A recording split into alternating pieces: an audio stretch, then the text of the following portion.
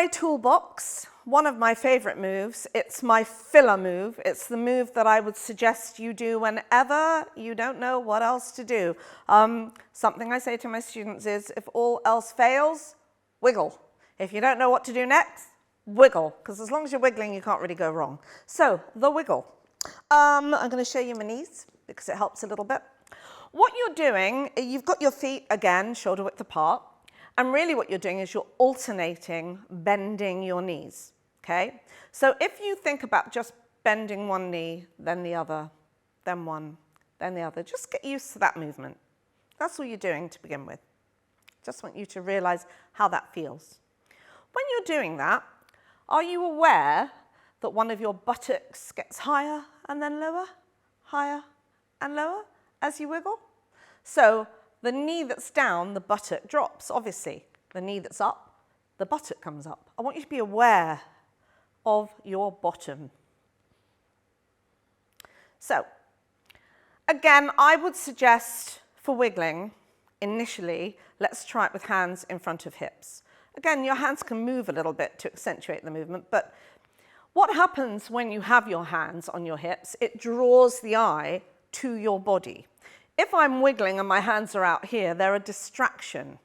Whereas if my hands are on my body, it's drawing the eye to what it is I'm doing. Imagine that you're tracing either an infinity symbol or a sideways figure 8 with your pelvis. So what we're going to do with our wiggle is we're going to take one hip round and back, and then look, the knee automatically goes, this hip's going round and back. So each hip is taking it in turn to trace half of an infinity symbol or a sideways figure 8. Keeping your upper body straight, maybe shoulders back a little bit, because this is about your pelvis. You don't want to be leaning forward. You can wiggle and lean forward, but then all of a sudden the emphasis obviously is going to be on your chest, not your pelvis. And this story, the wiggling tool, is about your hips and your pelvis. Now, you can wiggle down. This is wiggling upright. You can wiggle down, but when you wiggle down, it's not the school disco. It's not how low can you go. It's just a little bit. It's just down a little bit and up a little bit. Let's keep it sexy. Down a little bit and up a little bit. That's lovely. Okay. Now, with wiggling, you can add in hands and arm movements. So, upright wiggle. Going to bring my hands in very gracefully. Going to bring them out. Going to bring them up.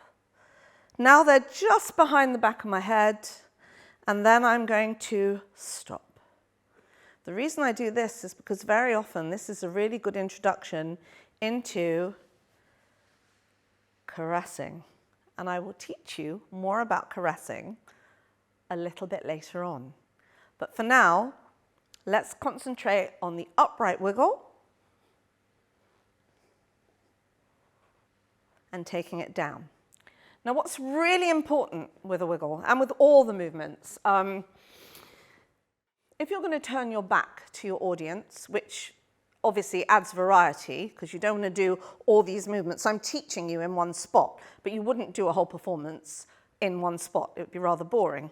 So if you're going to turn your back, wiggling, coming into a turn.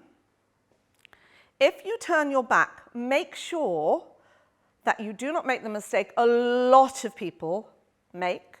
Do not lower your head. Just because you can't see your audience, they can still see you. And the second you drop your head, it changes the whole form of your body. It does not look as good. Keep your head straight. You're not putting your head up. It's just straight at the top of your neck where it belongs. And here, you can do your wiggle. You can, again, bring your arms out, bring the hands down, bring them in and over your bottom to accentuate the movement. If you do this movement, don't leave your hands at the front for too long. not a good look. So this just has to be quite quick so that they come back into view. So wiggle. If all else fails, wiggle. If you can't remember what to do, wiggle, because it works.